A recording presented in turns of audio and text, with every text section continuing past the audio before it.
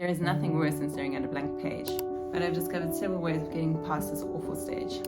Here are the most effective ways that I've discovered through my 8-year part-time PhD. Let's begin. The most daunting place to start is at ground zero.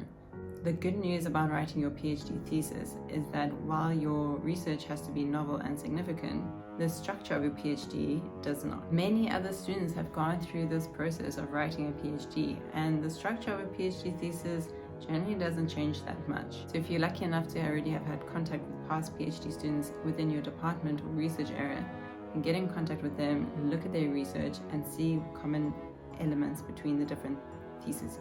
And if you're new at your university, then no stress. Your supervisor probably is supervising more than just one student. So ask your supervisor who you could use as a reference for PhD theses.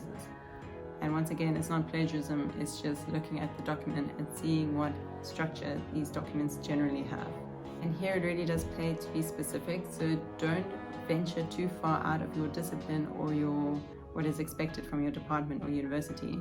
Rather take 3 to 5 concrete examples very close to your area of research and try and see what worked in those theses and then jot those down. So abstract, introduction, methodology, literature review, all these different types of sections, write them down in the order that is most fitting for your type of research, and then put some bullet points about what is expected in each of these types of chapters. And please don't make my mistake about being too creative with the structure. Different disciplines do research a little bit differently, and your examiners will not appreciate you being too creative with your structure or where you put what.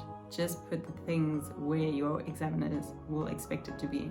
I also found it really useful to put in brackets the purpose of each section to make sure that at the end I could come back to these little brackets and check that I've achieved what the chapter or the section needs to do for the thesis. This also helps when you're writing so that you're really clear about what belongs where, because it can be quite confusing to determine at the beginning stages what type of information needs to go where. Another blocker that you might have is that you have simply too many ideas or concepts in your mind. This is something that I really struggled with at the beginning of my writing because I had too many ways of researching what I wanted to research, and there were too many things that I could potentially go down into or not. And the other problem at the beginning is you actually don't know what is so valuable and what is less valuable. So it's very difficult to clarify which road you should take. But before you even tackle that problem, you need to get your mind cleared. So the best idea is to write down every single concept or idea that you have on paper and get it from your mind to the book so that it frees up your mind for thinking about how to organize and how to structure these things together. You will also then realize that when you put these things down on paper, you might be mixing apples and oranges, so to say, and it's really important to get clear about where are your apples and where are your oranges. Depending on where you are in your research journey, you may or may not have written some journal papers already. And these journal papers could be the leverage of getting going with your thesis. While of course it's a huge difference between writing a journal paper and a thesis, you do still have some building blocks potentially there in your journal paper. And this could be the leverage to get going with your thesis. So if you're really struggling to get going with your thesis, then copy your journal paper into your thesis document and brutally edit the sections into the different chapters and see what ideas and what concepts you can reuse. So just make sure that you keep your sections highlighted, not that you plagiarize yourself. But if you haven't even written any journal papers and you have no idea what direction your research could go in, then maybe it's time to get a little bit more clarity before you start writing anything. And what I really wish I had done 2 years into my research was to do an abstract aiming exercise where you understand the structure of an abstract and you basically create like an abstract that you want to aim for. So you draft a version of an abstract that for your theoretical PhD, and you try and include all the important parts of an abstract. So what did you investigate? What was the outcome? Why is your research valuable? And you draft these abstracts And it's almost a way of really understanding what is the point of your research and why is it valuable and why is it significant and which direction is the best direction for your research to go into. I really wish I had had this idea of abstract aiming back when I was doing my PhD, because it probably would have saved me about 3 years, because I was not clear enough about what is the highest value of which direction of my research at the beginning. And this could have saved me a heck of a lot of time. If you're finding any of these approaches useful, please consider clicking the like button.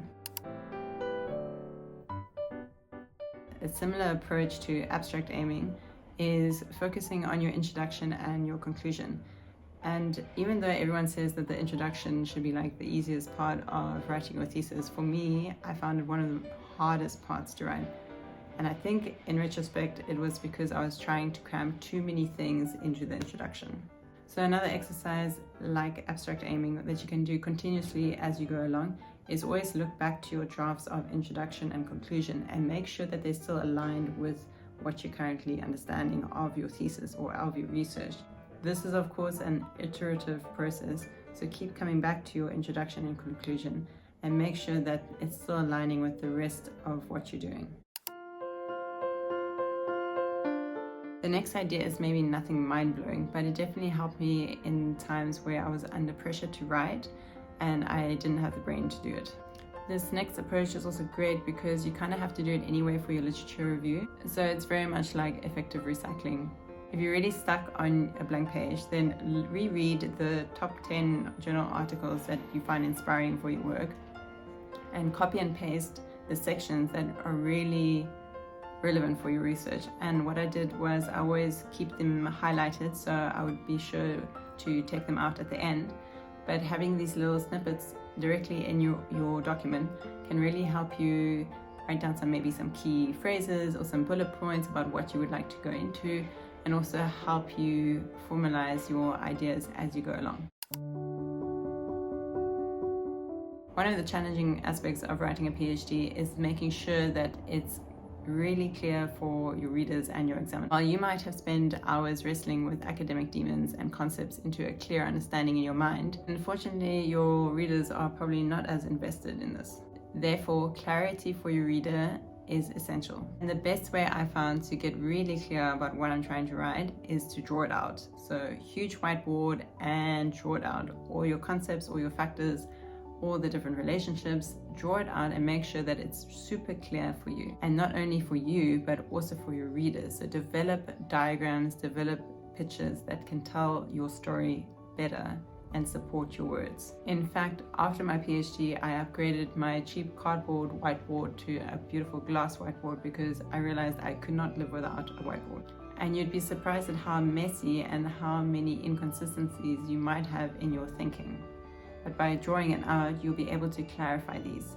And once you got that clarity, you can really sit down and write words much easier.